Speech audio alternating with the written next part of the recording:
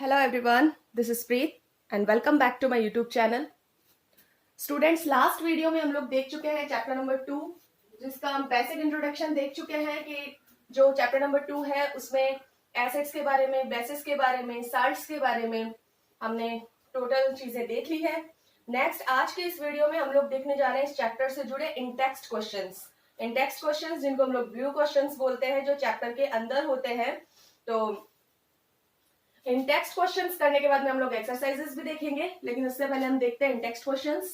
Question number 1, you have been provided with 3 test tubes. One of them contains distilled water and the other 2 contains an acidic solution and a basic solution respectively. If you are given only red litmus paper, how will you identify the contents of each test tube? बच्चों, किसी भी question का answer देने से पहले आप लोगों को ये पता होना चाहिए कि वो क्वेश्चन पूछ क्या रहा है। आपको अच्छे से उसको एक्सप्लेनेशन करना आना चाहिए कि ये एक्चुअल में हमसे क्या चीज पूछ रहा है। तो देखते हैं, you have been provided with 3 test tubes. आप लोगों को 3 टेस्ट ट्यूब प्रोवाइड की गई हैं। One of them contains distilled water, उनमें से एक में पानी भरा हुआ है, and the other 2 contains an acidic solution and a basic solution. 3 test tubes है, पहले के अंदर वाटर भरा है, सेकंड टेस्ट ट्यूब में एसिड सॉल्यूशन है एंड थर्ड टेस्ट ट्यूब में बेसिक सॉल्यूशन है। If you are given only red litmus paper, अब आपको केवल रेड लिटमस पेपर दे दिया गया है। How will you identify the content of each test tube? तो आप कैसे पता करेंगे कि हर टेस्ट ट्यूब के अंदर कौन सा कंटेंट भरा है? ठीक है, तो इसमें हम लोगों ने एसिड और बेसिस की प्रॉपर्टीज देखी थी। एसिड की प्रॉपर्टीज में हमने देखा था कि जो एसिड सॉल्यूशन होता है, अगर उसमें लिटमस पेपर डुबाया जाता है तो लिटमस पेपर का, मैंने आपको हिंदी में भी एक शॉर्ट ट्रिक बताई थी, अनीला। अ मतलब अम्ल हिंदी में बोलते हैं, नी मतलब नीला और ला मतलब लाल, यानी कि जो नीले से लाल होता है उसका हम लोग इंग्लिश में तो ट्रांसलेट कर ही सकते हैं, यानी blue to red litmus paper. Litmus paper turns blue to red. अब आपको तो रेड ही लिटमस पेपर दे दिया, तो जब आप एसिडिक सॉल्यूशन में डालेंगे, एसिडिक सॉल्यूशन वाली जब आप टेस्ट ट्यूब में उसको डालेंगे तो क्या कोई कलर चेंज होगा?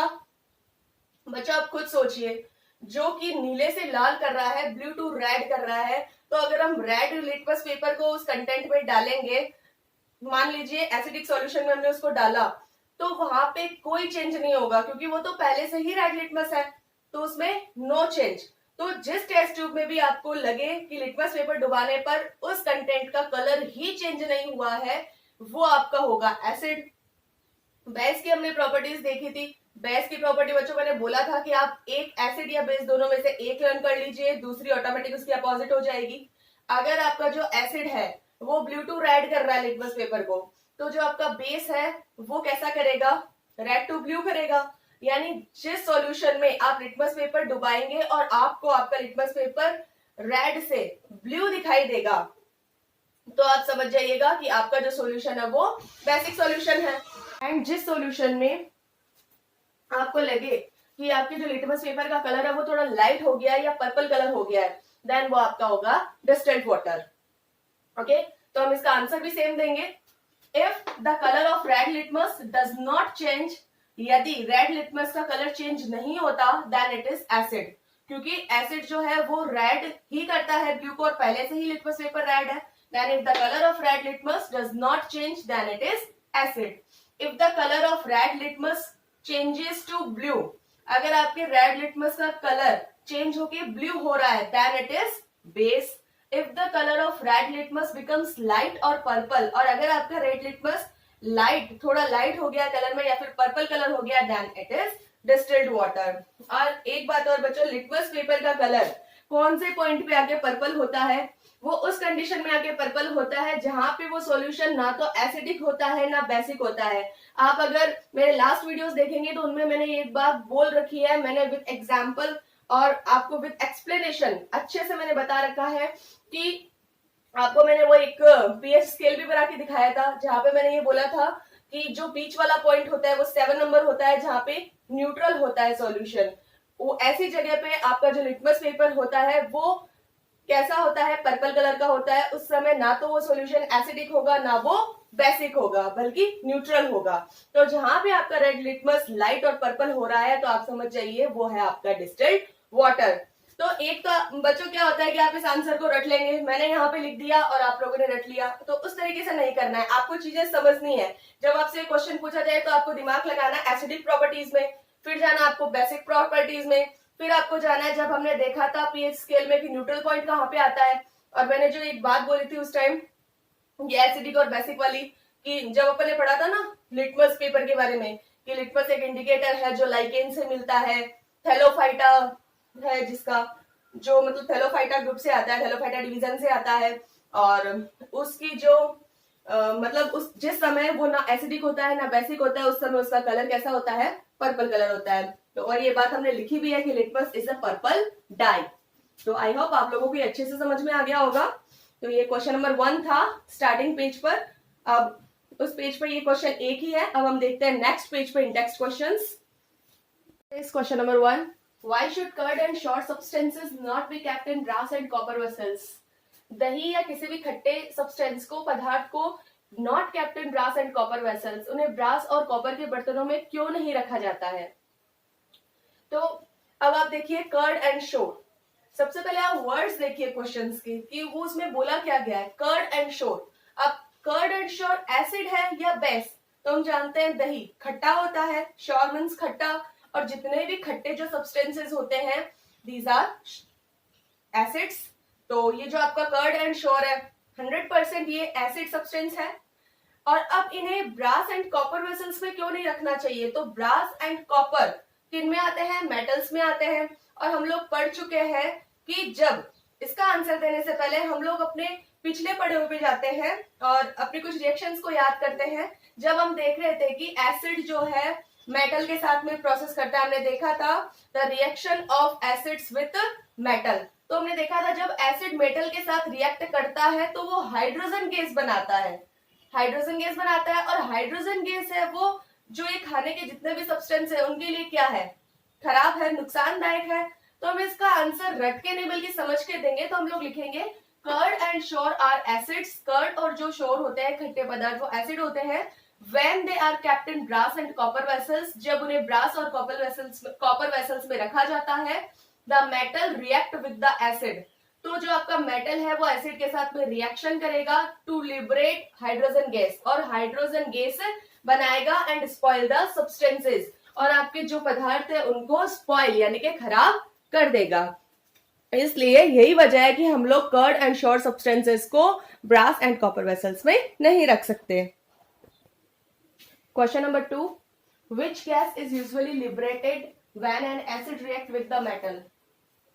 पहला क्वेश्चन तो जो हमने अभी लास्ट क्वेश्चन में देखा था, which gas is usually liberated when an acid react with the metal? जब एक एसिड मेटल के साथ रिएक्ट करता है तो कौन सी गैस रिलीज होती है?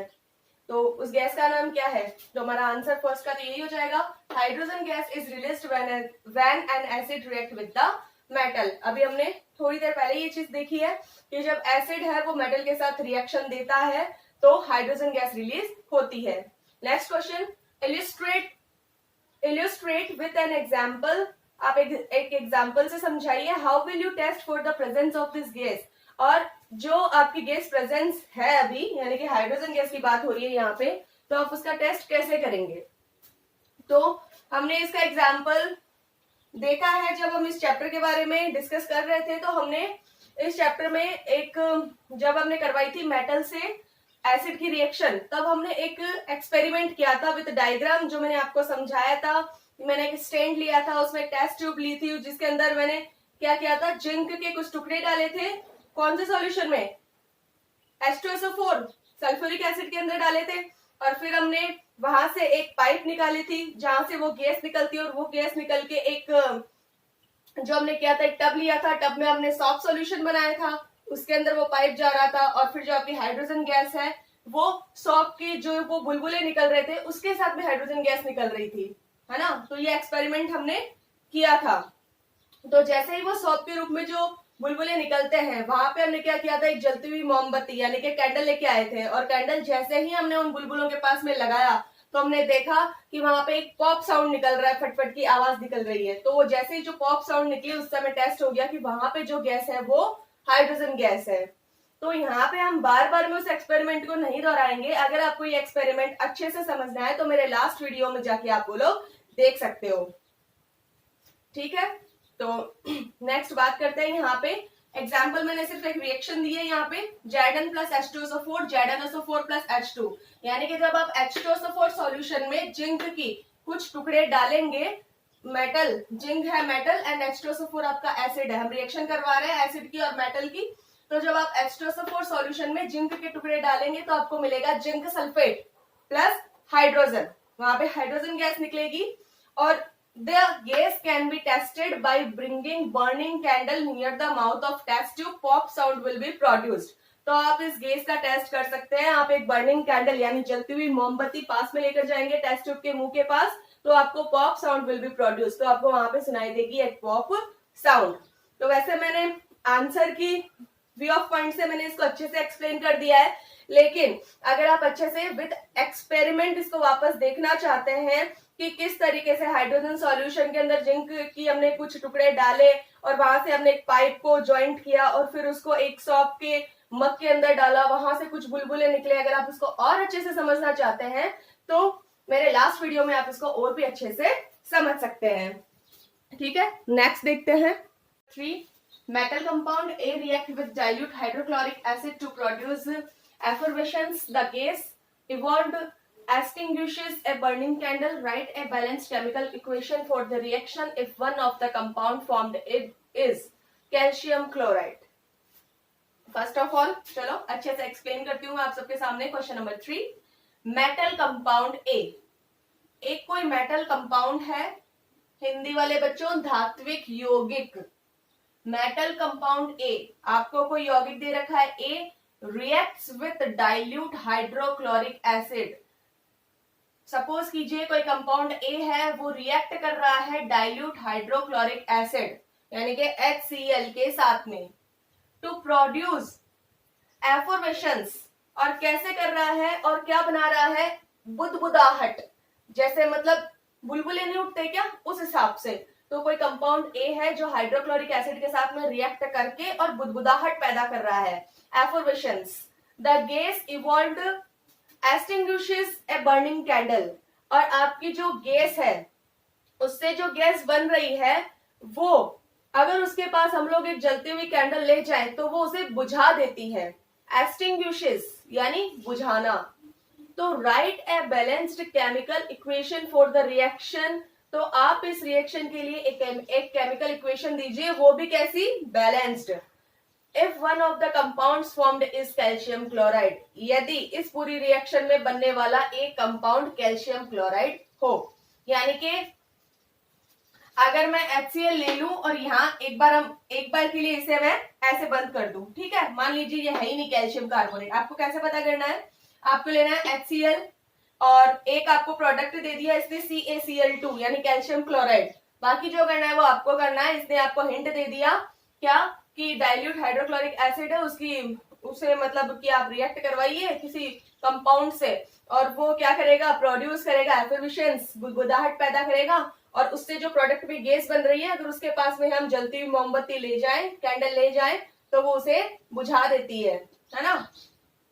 तो आपको वो देना है, तो यहाँ पे जो आपका कंपाउंड बनेगा ना वो बनेगा CaCO3, यानी कि आपका जो ये रिएक्टेंट है ना जिसने इसने बोला है मेटल कंपाउंड ए, तो वो आपको कंपाउंड लेना है यहाँ पे कैल्शियम कार्बोनेट, क्योंकि जब आप कैल्शियम कार्बोनेट की रिएक्शन करवाएंगे हाइड्रोक्लोरिक एसिड से तभी तो आपको CaCl2 कैल्शियम क्लोराइड मिलेगा। तो वो आपका जो कंपाउंड है जो इसने क्वेश्चन में पूछ रखा है कि मेटल कंपाउंड ए, तो उस ए का नाम है कैल्शियम कार्बोनेट। जब कैल्शियम कार्बोनेट की रिएक्शन आप करवाएंगे हाइड्रोक्लोरिक एसिड से तो आपको एक प्रोडक्ट उसने पहले से ही बता रखा है क्वेश्चन में, CaCl2 कैल्शियम क्लोराइड, साथ में जो गैस बनेगी यानी कि वो गैस जो आपकी बर्निंग कैंडल को बुझा रही थी उस गैस का नाम है CO2 कार्बन डाइऑक्साइड, और साथ में आपके कुछ मॉलिक्यूल्स बनेंगे वाटर के, ठीक है।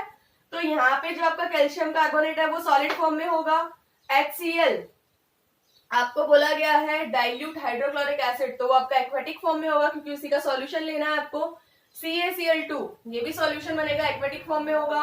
CO2 इस गैस फॉर्म एंड H2O आपका रहेगा लिक्विड में। ठीक है, तो ये आपकी रिएक्शन बन गई और बैलेंस्ड ऑटोमेटिक हो गई, क्योंकि कैल्शियम क्लोराइड, यहाँ पे क्लोरीन के कितने हैं नंबर ऑफ एटम आपके, तो यहाँ पे जो ये नंबर ऑफ एटम है क्लोरीन वो आपके 2 है, और तो आपको HCl के आगे भी करना पड़ेगा, 2 लिखना पड़ेगा, और HCl के आगे 2 लिखेंगे तो क्लोरीन के नंबर ऑफ एटम हो गए 2, देन हाइड्रोजन के नंबर ऑफ एटम 2 हो गए, तो हाइड्रोजन के नंबर ऑफ एटम प्रोडक्ट में भी आपके 2 हैं, और बाकी सबके जो भी एलिमेंट्स है उन सबके नंबर ऑफ एटम सेम है। तो आपकी रिएक्शन बनेगी CaCO3 प्लस 2HCl, ये दोनों मिलकर बनेंगे CaCl2 plus CO2 plus H2O। आज के वीडियो में बस इतना ही। नेक्स्ट वीडियो में हम लोग देखेंगे नेक्स्ट पेज के क्वेश्चन आंसर्स। एंड आपको अगर मेरा वीडियो अच्छा लग रहा हो तो ज्यादा से ज्यादा लाइक करें, शेयर करें, सब्सक्राइब करें। Thank you.